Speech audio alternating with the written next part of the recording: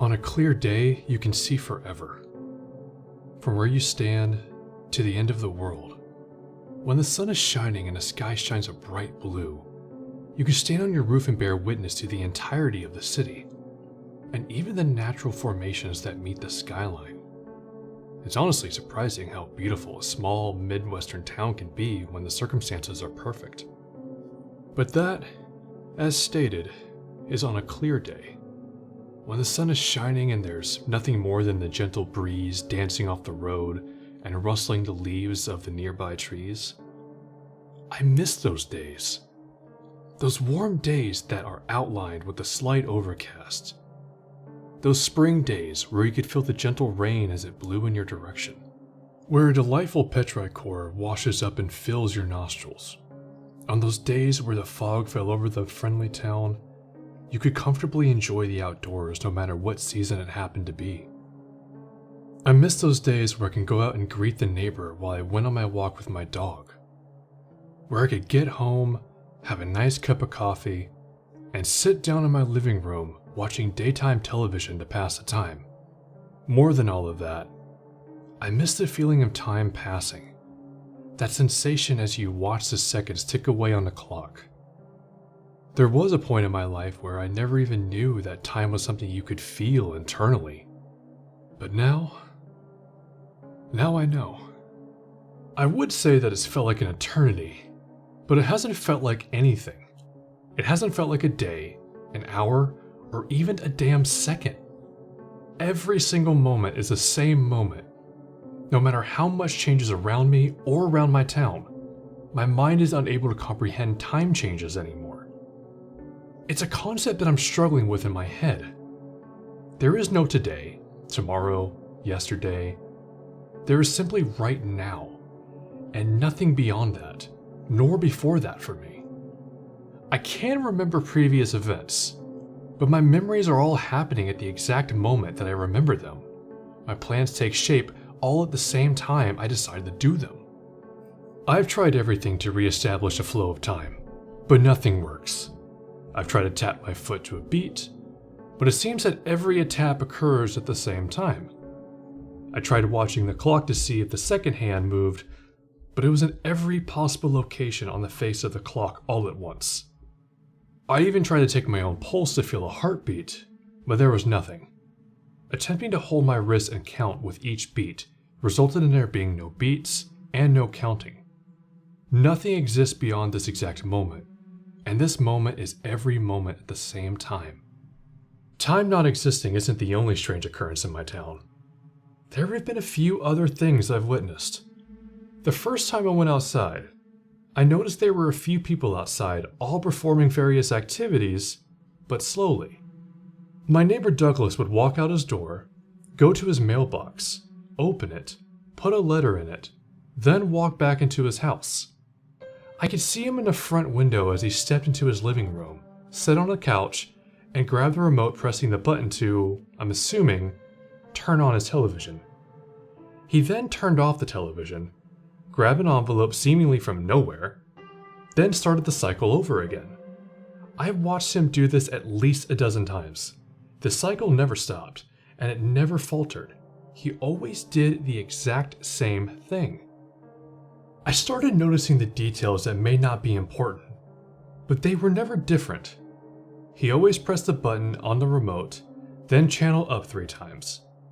He always had the remote at the same angle on the couch when he placed it down. The TV always showed the same clip of the dog food commercial. The letter that seemingly appeared out of nowhere always had the same name and address on it. He always takes the same number of steps, the same number of breaths. He blinks the same number of times. I would say that I watched him for a long time and that it took a while to figure all of this out. But like I said, there is no time. It's like I watched him once and a million times all at once. And then I knew all of the details. It was like instantaneous knowledge that I had spent years learning and understanding. Nothing I could do would stop him from this pattern. I attempted to sabotage him by locking the front door. It opened up like it was never locked. I tried to hide his remote from him. When he reached for it, it was there again. I tried to smash his TV. I tried to remove his mailbox, and when he went to interact with anything that I had moved, it was like it was where it was supposed to be, yet it was also where I had left it. Again, everything existed in multiple places simultaneously, yet it was like I had never done anything to the items I interacted with. I had one more idea to try to break him from his pattern. The only thing I hadn't tried was interacting with him. I stood outside the house and watched him as the letter materialized in his hand. I watched him as he got up from his couch and walked towards the door. He pulled the door open and I stood there, expecting him to either notice me or run into me. Unfortunately, it was the latter that occurred. He walked towards me and ran straight into me. When he collided with my body, he didn't stumble back. I didn't fall or get knocked down. When the two of us collided, something inexplainable happened. When our corporeal forms touched, I began to feel this seemingly random, debilitating pain in my head. The only way I could think to explain it would be to have you to place your head in a vacuum chamber. The pressure was immense. I'm not sure if the issues with time passing had anything to do with it, but I would almost say I felt all of the pain that Douglas had ever felt in his life within a single instant that lasted an eternity. While that alone was terrifying, it ended with me seeing the end of his life, from his birth all the way to his death. I felt the mental strain as his body shut down. I felt the pain of those around him. When it all finally ceased, I opened my eyes and noticed that Douglas was gone. He was no longer walking his predetermined path. Where he should have been after walking into, or I guess through me, was simply a pile of ashes. Somehow, touching me caused him to completely disintegrate. I stared in horror. Had my actions murdered my neighbor? Was there something about me in this existence that made me a harbinger of death? Or did I release him from this strange place, and he's now able to live his life back in reality? I decided it wouldn't be for the best to keep testing that theory.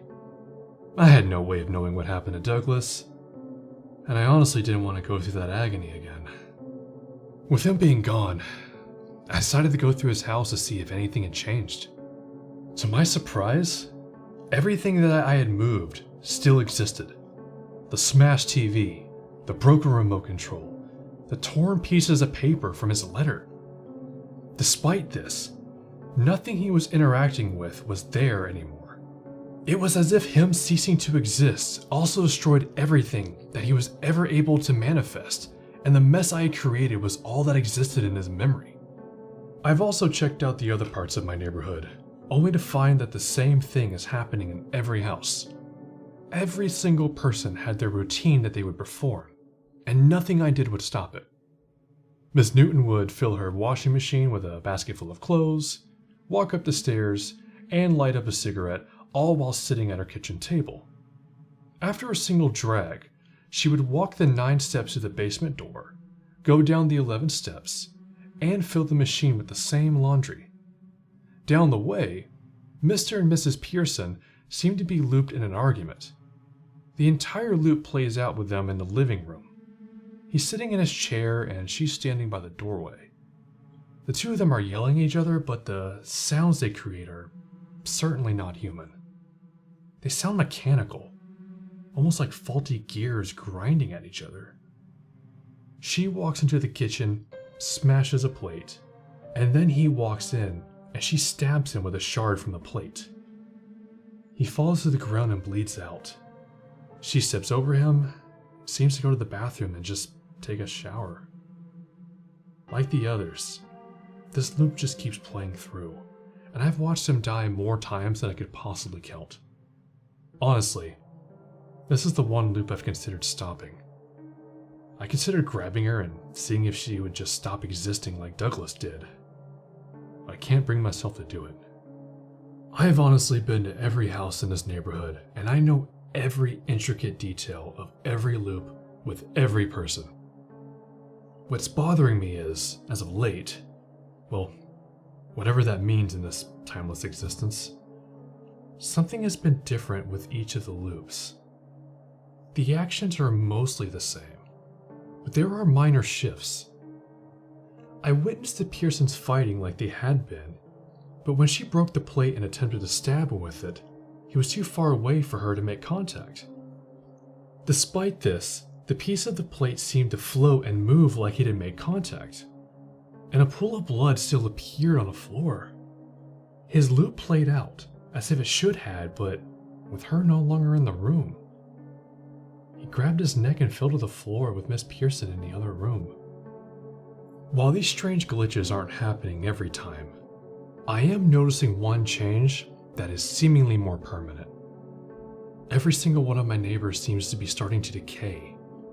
Each and every one of them seems to have changed to this gray hue. Some of them have flesh that is pulling away from the bone.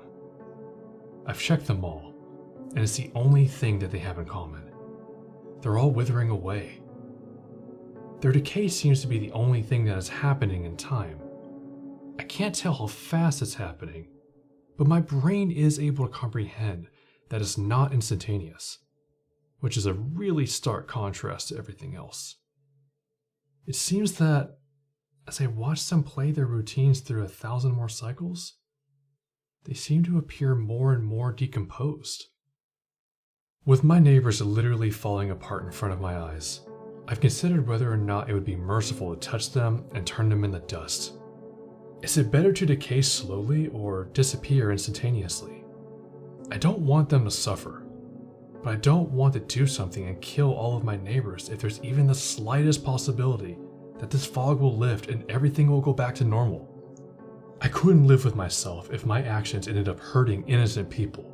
If I had managed to do something that actually caused harm to other people that had nothing to do with the circumstances. At this point, I don't know what to do. I've been watching them decay for what I assume has been a while. Some of my neighbors are hitting further levels of decay. Some of them have graying muscles and bones exposed to the air. Yet they continue to step through their routine. They continue running through their mundane tasks like doing the laundry, fighting with each other, and watering the lawn. And yet they are literally falling apart. I think I'm down to my last option in this situation. I have to try to get out of this neighborhood. I'm out of options. Nothing else is changing. My neighbors are still fading into nothing more than corpses, and time is still in this strange flux. The only thing I haven't checked is what's on the other side of the fog wall that surrounds my street. It seems to surround the area in a perfect dome, almost like it's sentient and chose to encapsulate our neighborhood. Something about the fog terrifies me, mostly because I believe it's what's causing these horrible things to happen. It's what's decaying my neighbors and causing time to not exist. If that's true, then I have no idea what's on the other side, and I don't even know if I'll be able to escape. I can only hope that it's not a solid wall, and it's literally just fog. And despite my fears, despite the absolute terror that seems to be gripping my soul, I think it's time for me to find out. Hey everyone, Quiet Poltergeist here, and I just want to thank everyone for taking the time to listen to the last video I'm doing of 2020. Out of all the stories I could have picked, I definitely think that a endless time loop was the perfect story idea to end this year. So I hope everyone enjoyed this story as much as I enjoyed narrating it. Thank you so much to As the Raven Dreams for giving everyone permission to read and use their stories that are on their official website. And to everyone who's been watching up until this point and subscribed, thank you so much for a really fun year, and I look forward to creating more content for you in 2021.